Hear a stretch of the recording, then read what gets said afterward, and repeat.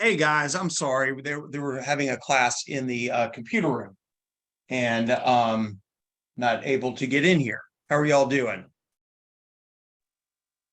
Good. Good. I'm trying to bring up something, so I apologize. That's why I'm looking sideways, not trying to ignore you. So tell me something good going on. Cheryl, I know you've got something. Well, I was supposed to go to Florida for a closing today, but that was moved to Monday, so I don't know if that's good or not. As long as the reason why it's got moved to next Monday is not a terrible thing. That's true. Exactly. That's logistics occur all the time That's on stuff. So let me see if I can move this over here and be an angle. So how's the market treating you guys at the moment? God, there's a lot of light. slow for listings. Is it? Yes. So yeah, I was actually Kim Adair and I were texting over the weekend. I had asked her for a piece of information, so I just asked her, and she said that through June it was busy, and then all of a sudden it seemed to have slowed up a bit. With that, all I can tell you, I mean, residential side, we've gotten a few listings, but you can tell it got quiet over the 4th of July holiday and stuff. And what I'm hoping is that it'll kick back in, before we go into the August, quiet period. And stuff. Commercials definitely there. There's no question about that. By any stretch, it's just bizarre to me. Yesterday, I was negotiating on a piece of land. I mean, we're talking about dirt in South Georgia, and someone went to go get a loan, and they went to the Georgia Agricultural Finance Group, and they quoted them 9.25% on interest rate. Wow. That's So, insane. So is land really that much higher? no, well, what it is it depends on when you're looking at land, it depends on how much he was wanting to put down.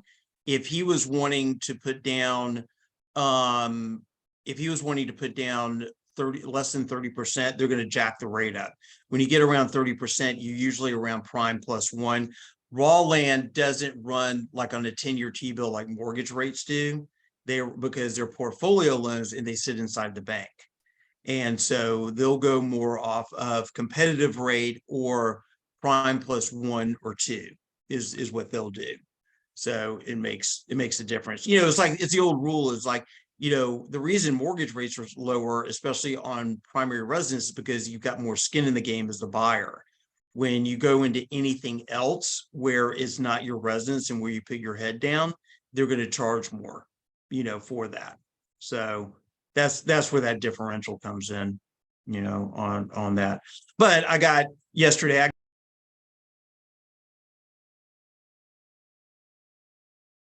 Can't hear you. I don't know how the hell I muted myself, but I touched my computer and it went mute. But maybe it doesn't want to listen to me at all, whatsoever. So before I go into what I wanted to talk today about, is there anything you guys want to bring up or get help on or ask questions or anything of that nature before I go into my usual ramblings? Any thoughts on how to get additional listings in this market? Also, I'm noticing, especially in Florida, and I'm assuming other places, rentals have gone down quite a bit. Airbnbs, all of those have really taken a hit. And I'm wondering if investors that are in the rental market are going to start considering selling because of the change in the marketplace. I have never had a July where I actually had vacancies. Well, I will tell you what, what I've seen on Facebook and Instagram and stuff like that is that Airbnb is down a good bit. There's especially in the metro areas, they're seeing up to 45% lower usage. I don't know. I'm not sure. You got to remember these are year-over-year comparatives. I don't know what was so different from last year to this year. Now, last year versus 21, I could see why we would be jacked up because everyone started traveling again. Yeah, so I don't know. That's what I'm seeing is I believe people are going all over the world versus locally. because And they can. and there was an article yesterday about Disney in Orlando, how over the 4th of July weekend, where people were just able to walk right onto Space Mountain.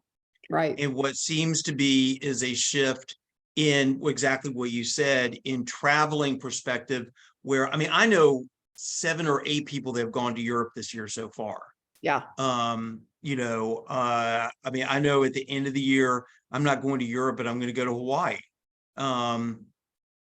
Stuff. So instead of staying close to home, they're moving out. And the reality is that we've had, like you've had, a lot of investors going out and buying these places. So you've got an oversupply, at this point. So yeah, you can see that coming on. Now, where I'm not hearing about a problem with Airbnb is in major metro areas like Atlanta and such, where people really weren't coming to Atlanta to vacation. They were Right. more, so that stayed pretty steady. The mountains, I've got a buddy who's got a place up in Highlands, North Carolina, and I know 2 or 3 people up there.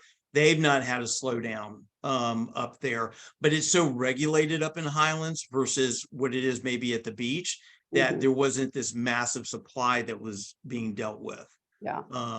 Up in that area. And there's not tons and tons of houses up in the Highlands, Macon County area, up in that area. So, I do know, I mean, I've heard a ton of people going to the beach though, also.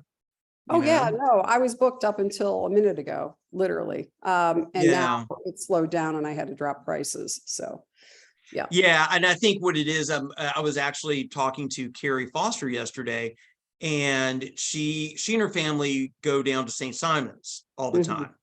And they've always, for years, ever since their daughter was born, have rented the same house down in St. Simon's.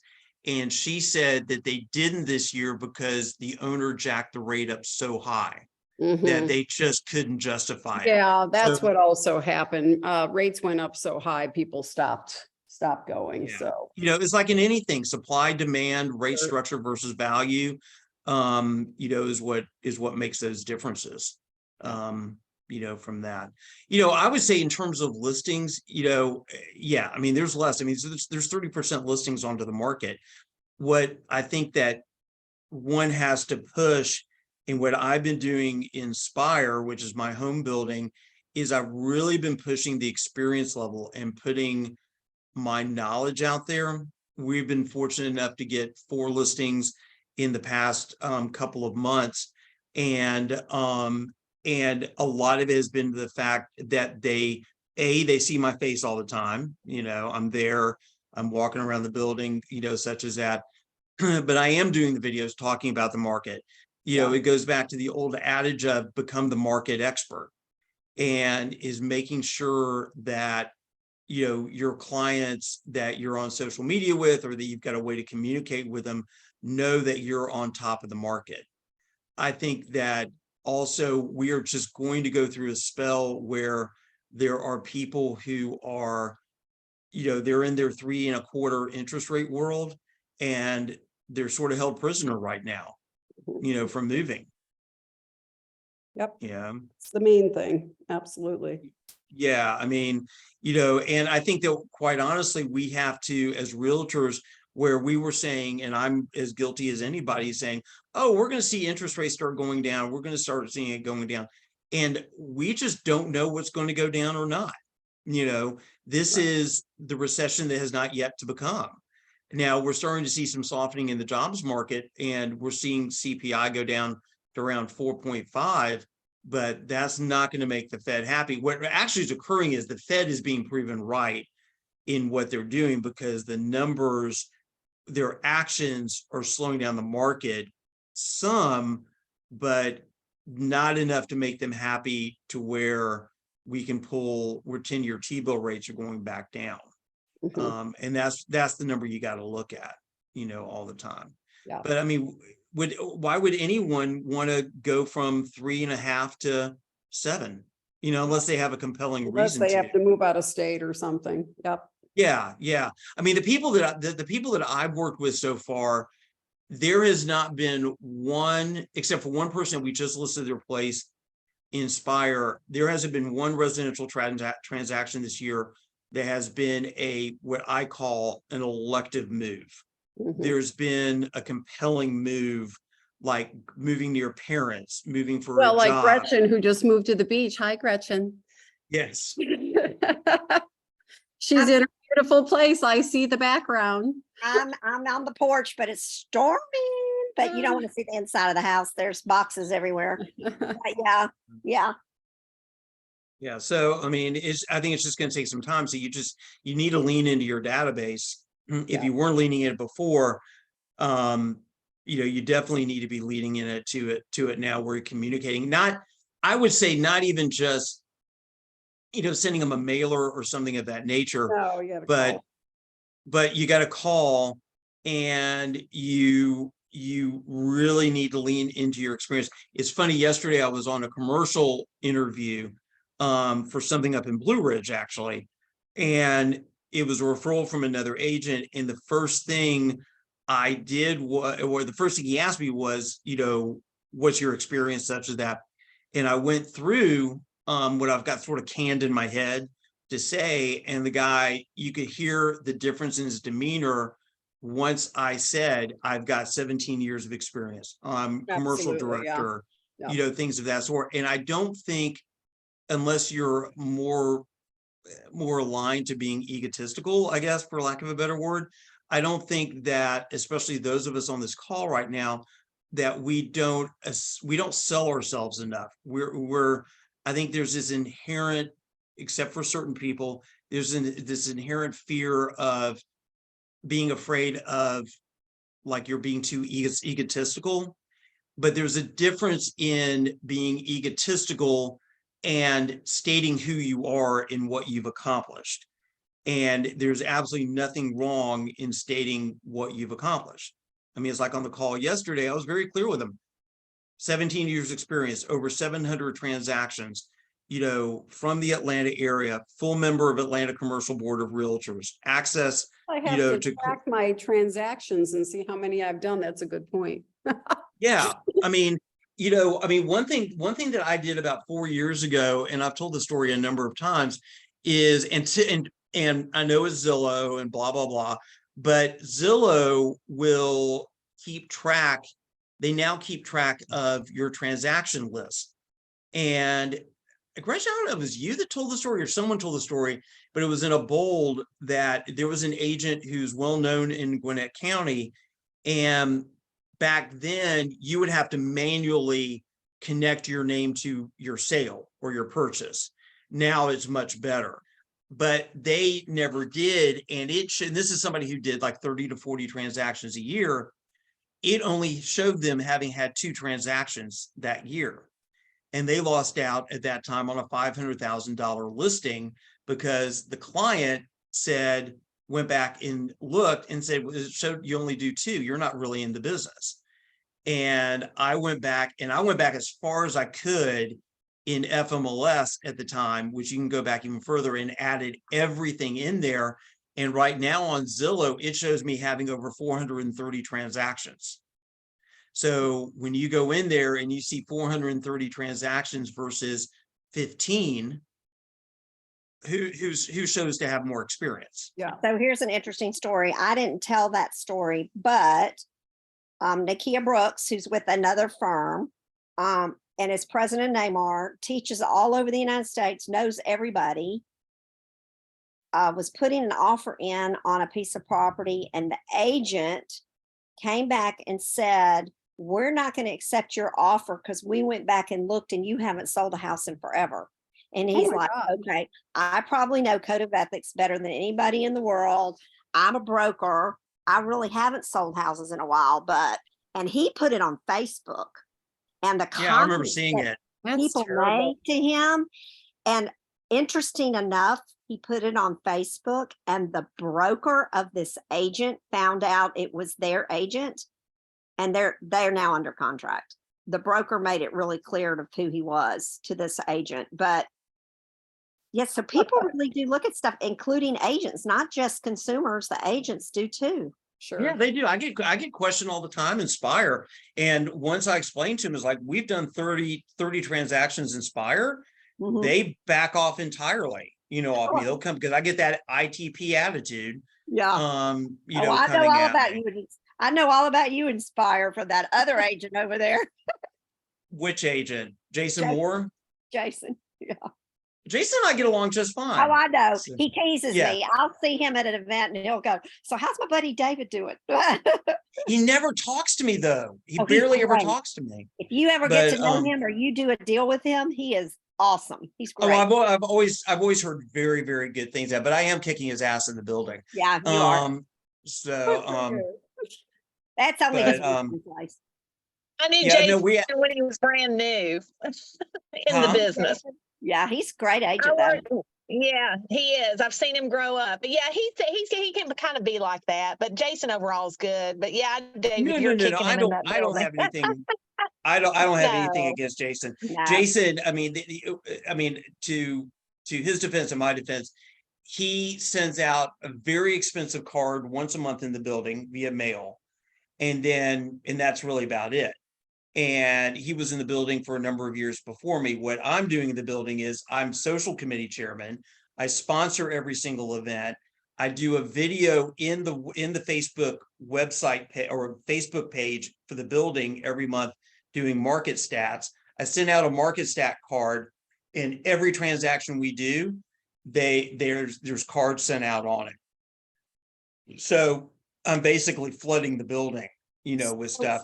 So when you're talking about sending out a market stat card, so the girl that was the team leader in the Auburn office, who's now back with her mama in Chattanooga, their team does a really cool thing. They print a card, a jumbo postcard that looks like a check. And then and they print them blank. And then on the check, they go through and they write their client's name. And then they figure out how much equity is in the house and they write it as if they're writing a check to them. On the other side of the postcard, they write, "See how much equity we've got in if you're still thinking about maybe cashing in on that equity and moving up or moving out or whatever, give us a call." She said that they get more leads from that one postcard they send out. It's really a cool idea. The only worry about doing that is that if they do a deal and that number doesn't come to life, are they legally getting themselves in trouble? I think they have a disclosure on there. They a do. disclaimer. Estimated. It's a cute idea. Estimated, but it's really cool. And she said that they've had a whole lot of clients come back and say things like, "Wow, I never sat down and thought about how much money I have invested. That I could use that money." And Yeah, and it's a good visual. Will they give you a copy of it? Will they? yeah, send they you a did. copy? I'll have to dig it out somewhere, but yes, they did give us a copy of it. It's really cool. Shoot great that idea. over. That'd be cool. to Yeah. see. Yeah, I'll find it. I'll send it to you, David, and then you can push it out. Yeah, I mean, like Cheryl, I mean, even though you're not living in West anymore, I mean, you work that one extremely well. Yeah, know. and I still sell in there, but not as much as being in person like you are at Spire. It was like Yeah, me, and you I see, did a that's my lot of fear. HOA stuff, and I did a lot of, I wasn't on the HOA, but I was the communications manager. Now I'm the communications manager in my new neighborhood, but it's a new neighborhood, so nobody's moving, so. Yeah, you got to wait at least 24 to gotta 36 wait, for months. sure, but Yeah, and you see, once and you leave your bread and butter, it's kind of hard to, you have to kind of still stay in touch, but it's not the same as walking your dog, yeah, oh yeah, Your most neighbors. definitely. And see what I learned when I moved into Spire, Tom Ellicott, who was one of the founders of Palmer House, and I'm friends with him. And I happened to see where he lived in Lux, which is across from Piedmont Park at one time. And one year I was showing in Lux, and he had 15 out of 16 listings that had transpired over the past year. So I called him when I moved into Spire, and what he told me was, don't get on the HOA, be the social committee chairman. You want to be the Yes. happy guy, not You the guy don't who want gets to be bad the news. mean one. No, Yeah. absolutely not. And sponsor every single event and make sure that these people know that you exist in the building. Exactly. And I followed his advice, and I mean, it's worked out, Sure. extremely well. I mean, do I have 25% of the building? No, but I mean, I should break 6 figures in GCI off that building this year. That's amazing. Good for you. So, you know, and that's part of my fear is that, okay, when it comes to the day that I may want to move to a bigger place or something of that nature, you know, that transition is going to be a bit hard. It is hard, yeah. You But know, to do sometimes that. it gets to a point you just need a lifestyle change. Yes, that's very true. That's very true. So what I wanted to talk to you guys a little bit about goes off of those weekly notices that that we send out where I have that message and everything. It comes from Chris Heller, who was he actually created KW Worldwide and ran it before becoming CEO, and he's got market centers. He's got a large team out in San Diego, La Jolla, and everything. But what I hear a lot of times with newer agents and maybe even experienced agents is they just don't know how to control their time. They don't know how to control their skill levels. They don't know they don't know how to give the best in client services and such. And he said 5 things, and they really sort of hit home with me. The first one was control what you can control: schedule, lead generation, and skill level. And those are, I mean, we've all heard from our parents, you know, from spouses or partners or whatever, is you can only control what you can control, let everything else go. And for those of us like Cheryl and maybe me, who are control freaks, that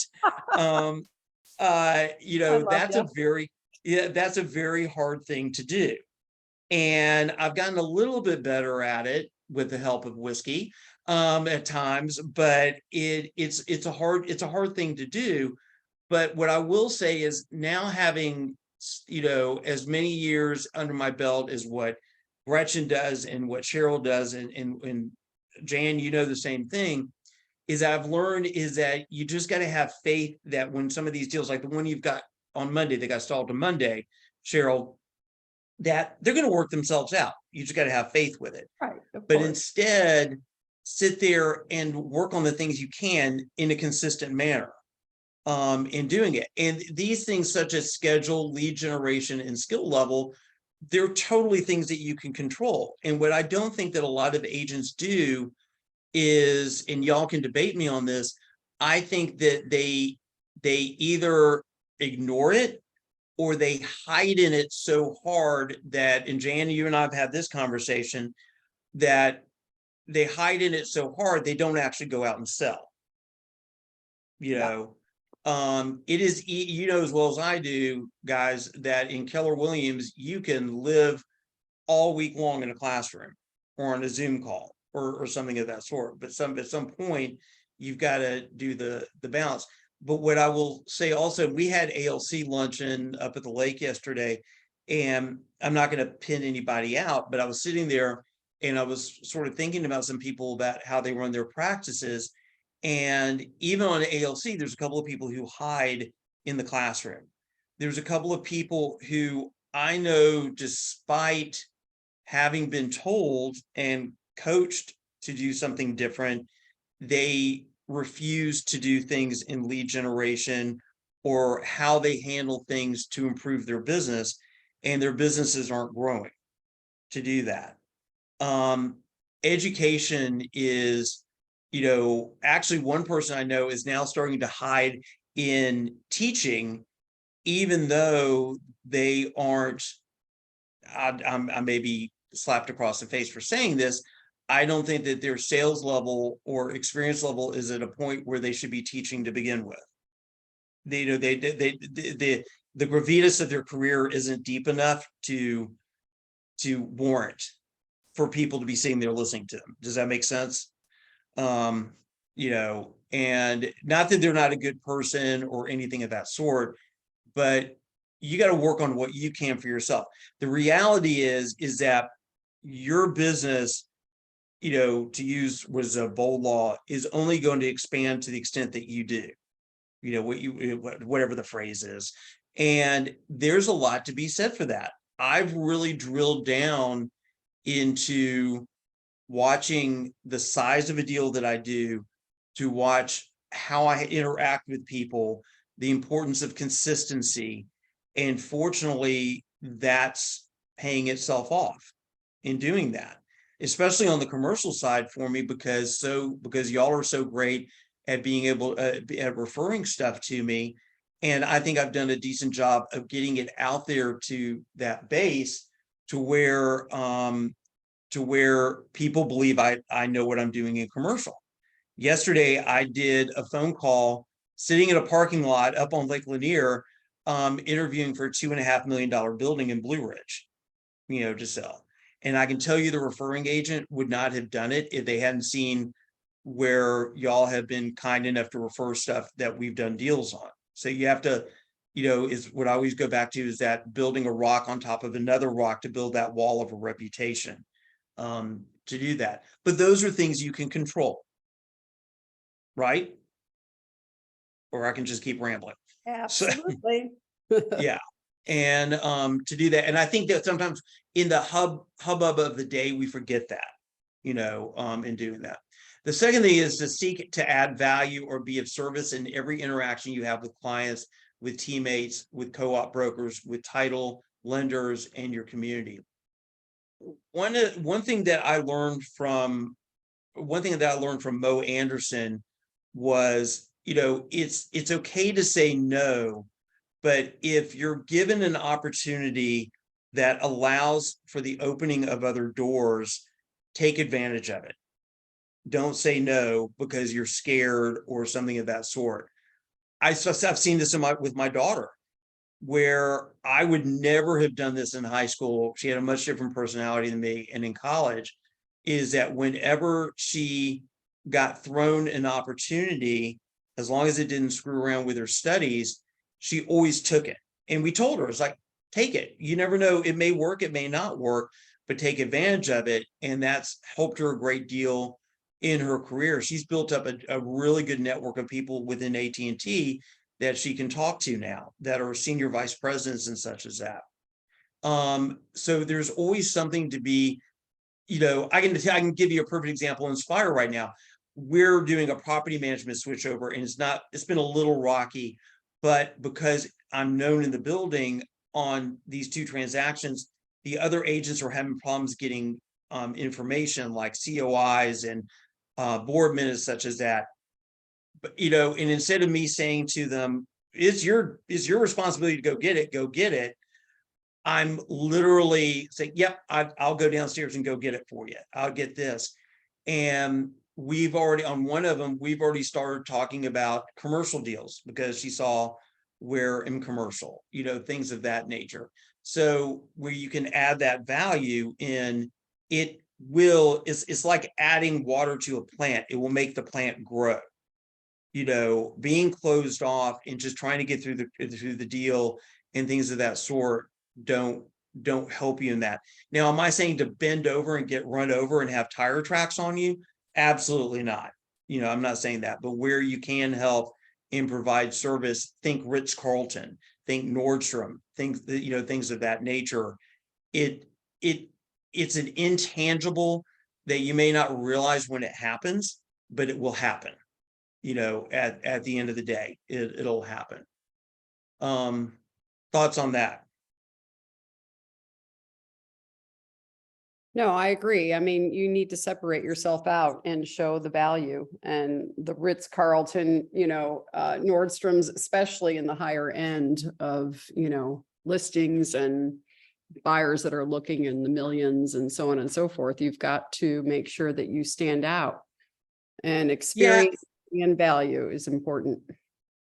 Yeah. And I think you can apply to every type of price range and every type of property, quite honestly, because if you apply it to everything that exists, they're going to see you as a person of quality.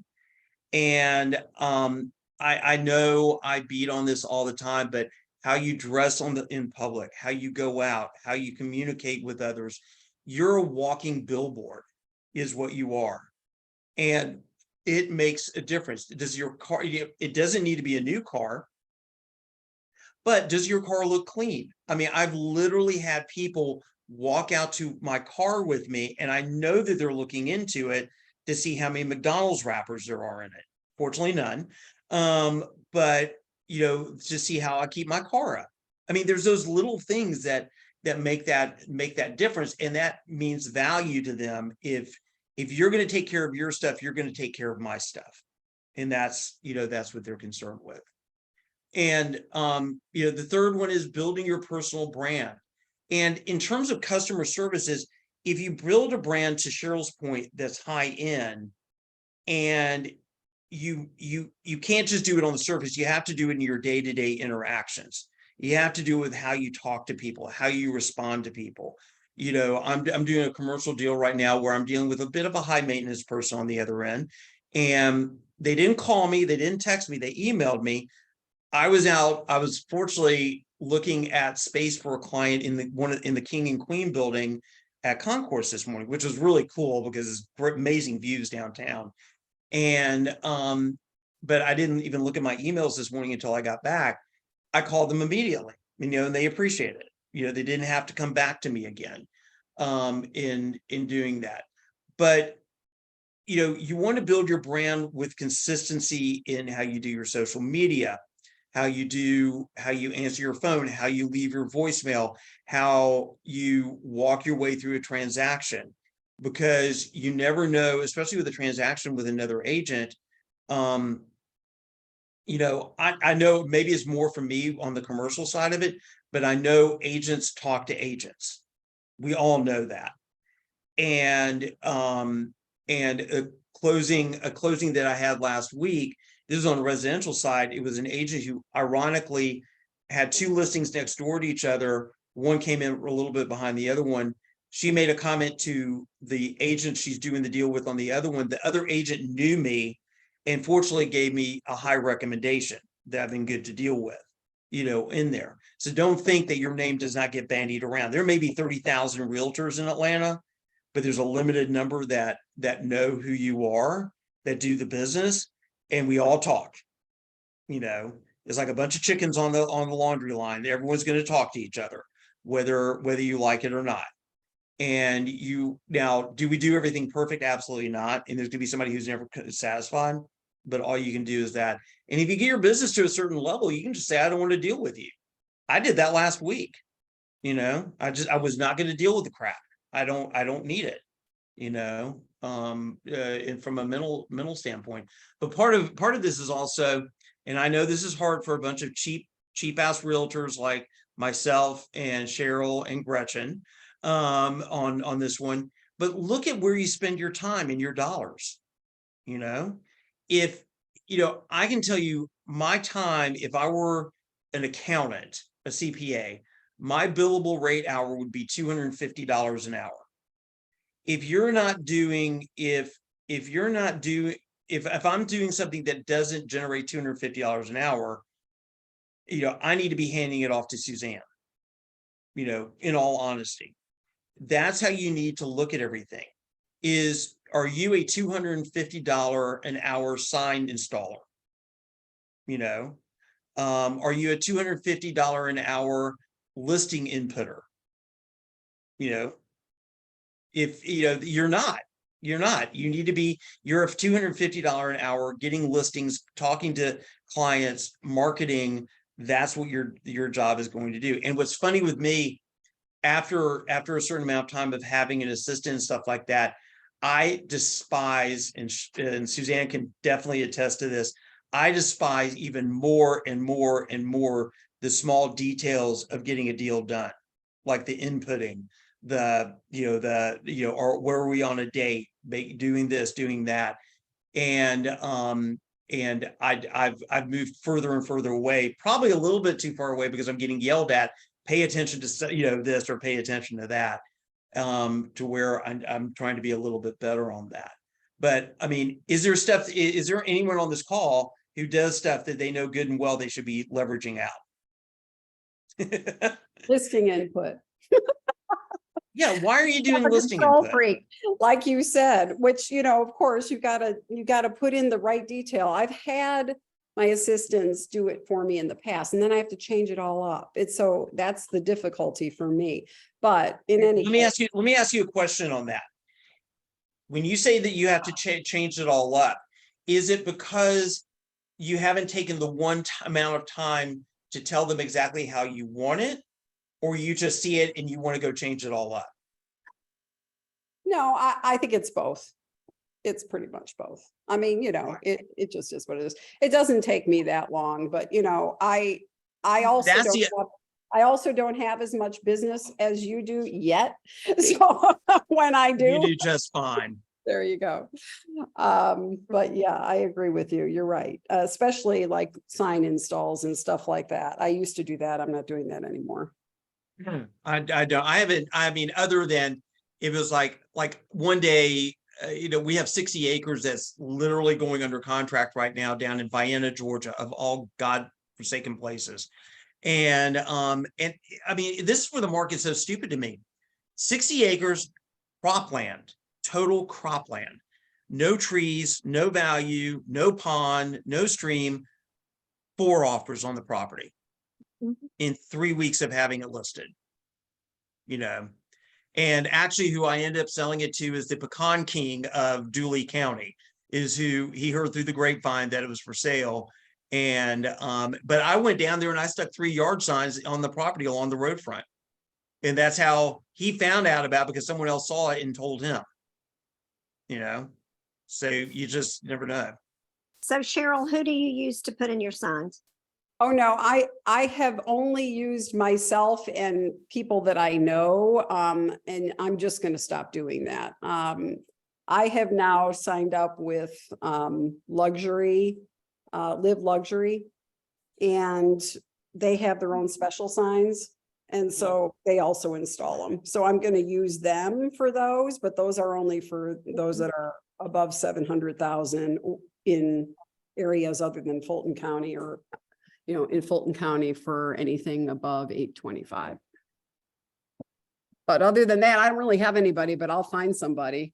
David, do you have a recommendation for a sign installer? Yeah, actually, Suzanne found, so I had to find out who the person is because I've never talked to them in my life. Yeah, But Suzanne did find somebody, and they've actually, it's a little bit more expensive, but they keep the inventory, of our signs and stuff like that.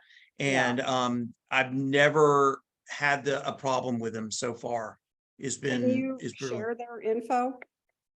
If I knew it, I would, but I'll get Suzanne to send it to me. I might have it. I've talked to Suzanne about it. I might have it. Let me look. Yeah, I literally do not know who these people are. I might have it. Hold on. Which is a good thing for you. Yeah. But, yeah. I mean, but we if put you out. have it, Gretchen, send it over. If you wouldn't Yeah, mind. we put out. I know called- Cam has 2 Yep, listings coming up.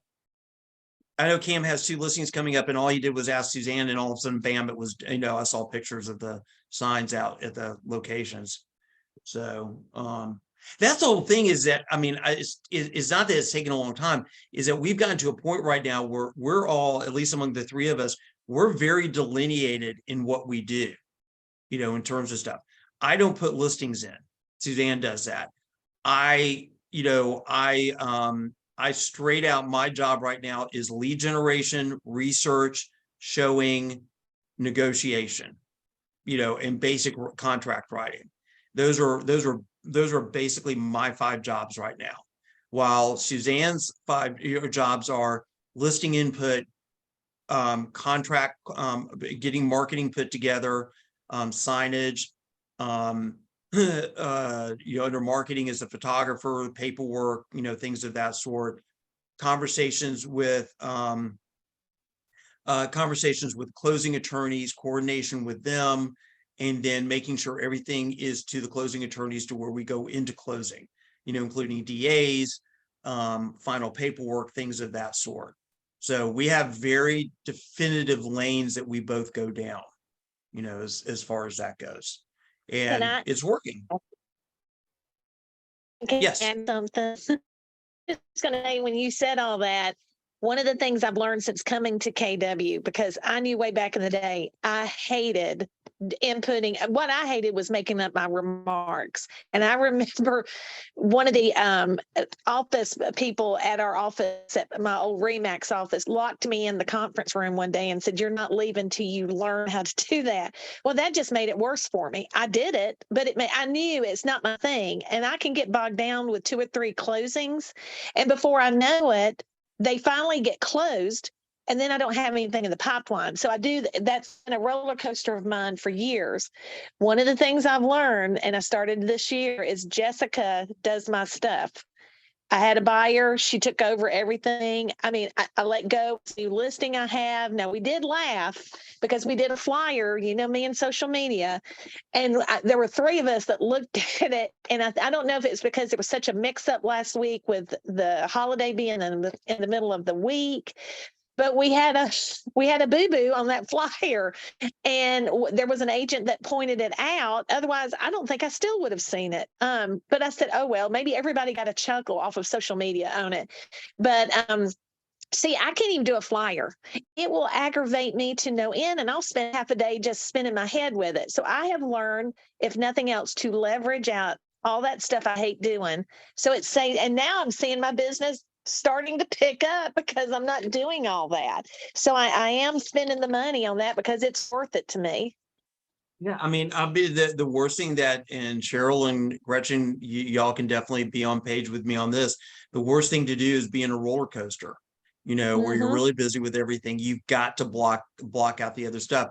And, I always remember this from Melba teaching, is she would always, when she was teaching, I guess it was, I want to keep on saying infinity, and that's not it, Ignite, is, I remember one class she had this big sheet of paper in the training room, and I'd always walk by and see it, where it said lead generation comes above all else. Once you get under contract, you're under contract, and there's basically one big gate to get through, and that's due diligence. And I can tell you, looking back over my deals, once I get under contract, I have a 98% closing rate. If I have a 98% closing rate, yes, you deal with the stuff that's going on, but don't sit there and fret about it. Go find more business occurring. I will tell you for myself, and I haven't been very good this year, but in all honesty, we've been busy. I want to be able to look either in an Excel spreadsheet or in in opportunities in command, where there's the potential. I'm not saying it's going to all happen. I'm just saying the potential of at least $250,000 in upcoming GCI. When I can see that there's 250,000 of that, potentially coming up. Actually, I've increased it to 500,000 now. I never have I never get myself in trouble. Okay. I never start freaking out. Now, is every month, a rock fest, with closings? No, but it may catch up the next month, but it's consistency. The one thing that you can look at my multi-year trends, is you can see consistency there. And you can't let up on the gas of lead generation to do that. Once you're under contract, it'll figure itself out. The only time issues that you have when you're under contract is if you're up against a wall on due diligence. And the best way you can take care of that is to put a stipulation in your contract that says, if due diligence ends on a federal holiday or a weekend day, then due diligence will continue and extend until 5 p.m. the next business day. That takes that stress out on a weekend, because you don't want to be sitting at 9:45 on Saturday night fighting over due diligence to do that. And the rest of it should be done through a regular business week.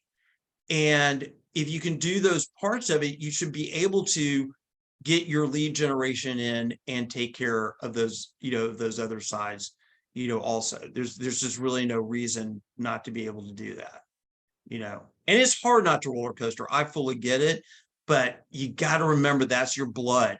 That's what feeds your income, is that lead generation, to do that. So, y'all can debate me on that theory. Go right ahead if you want to, as far as that goes. And this is the last piece of advice.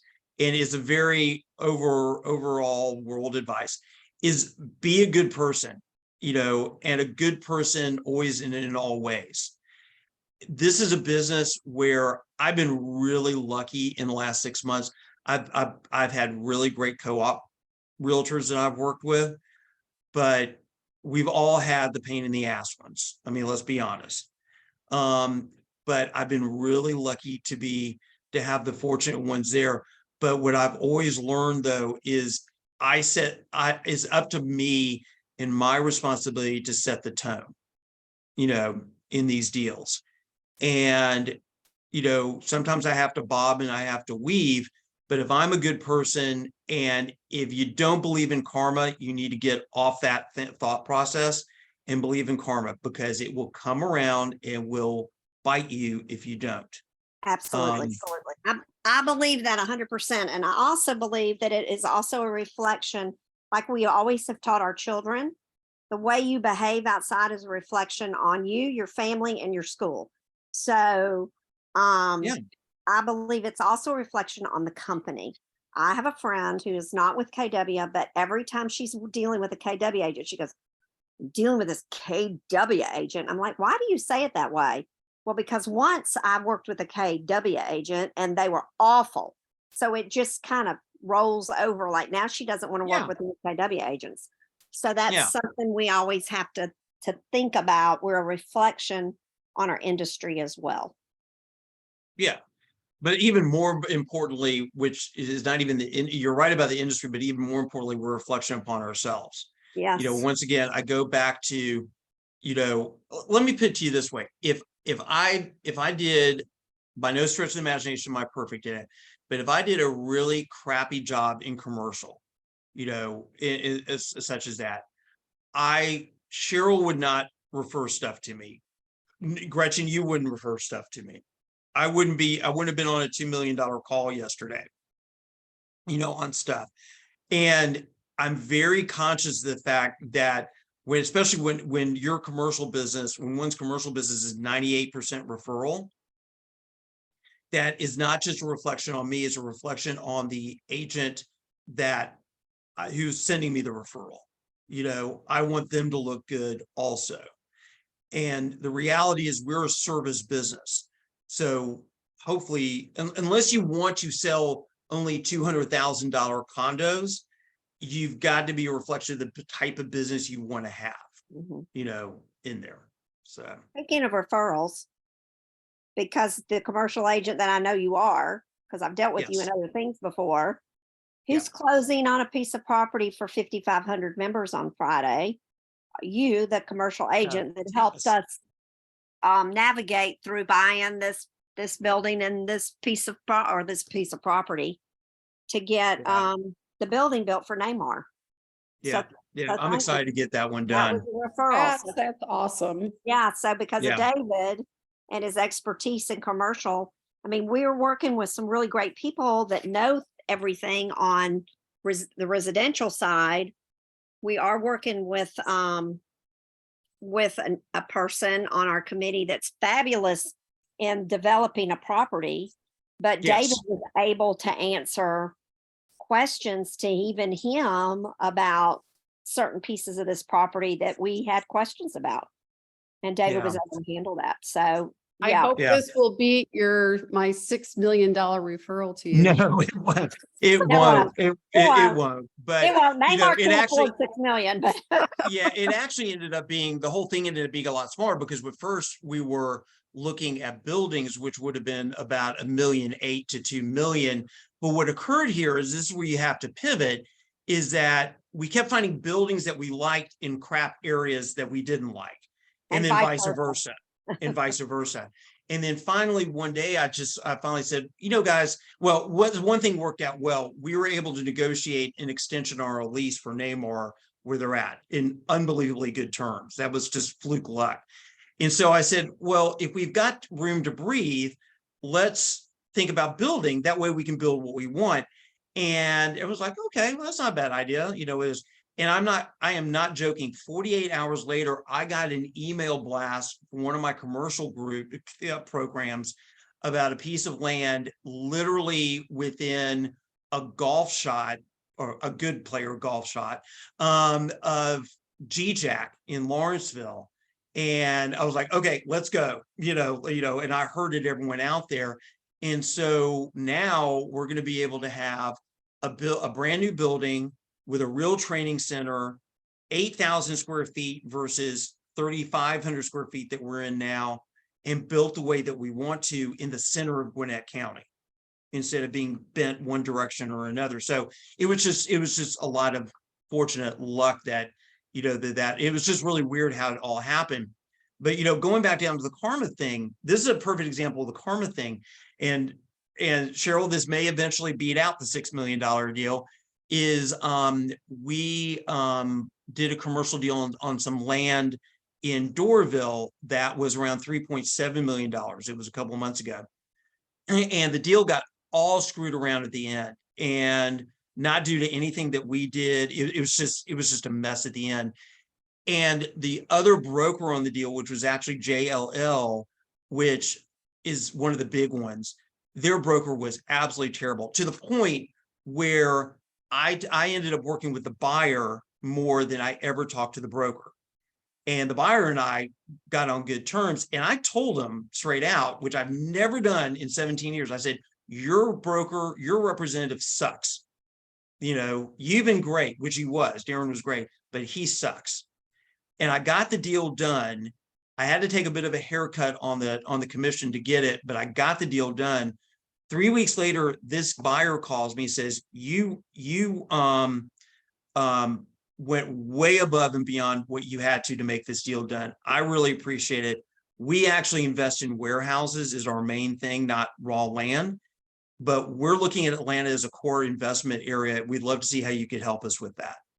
And these are people who are looking for 40 to 80,000 to 100,000 square foot warehouses, which are anywhere from $4 million to $10 million in price. And that's where karma, that's where that karma piece is, what I, to buy back into it, pays itself off, as far as that goes. The great thing about the Neymar thing is I got to know Tommy Slappy, who I think is just hilarious.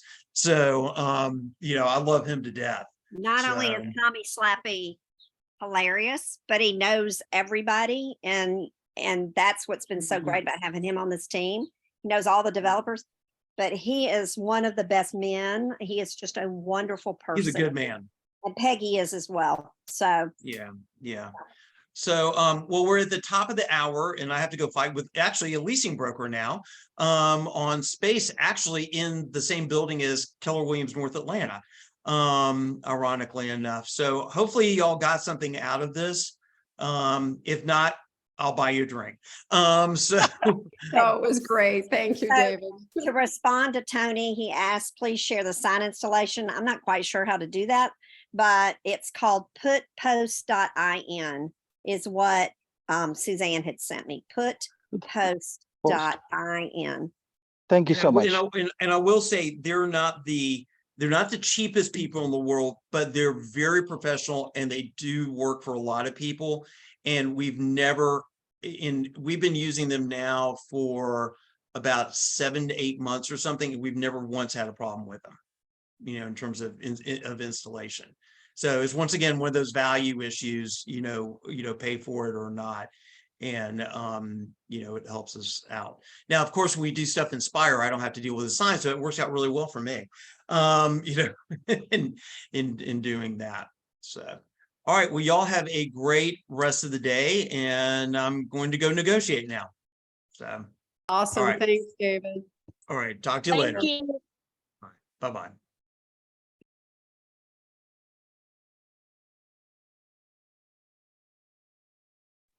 Thank you much.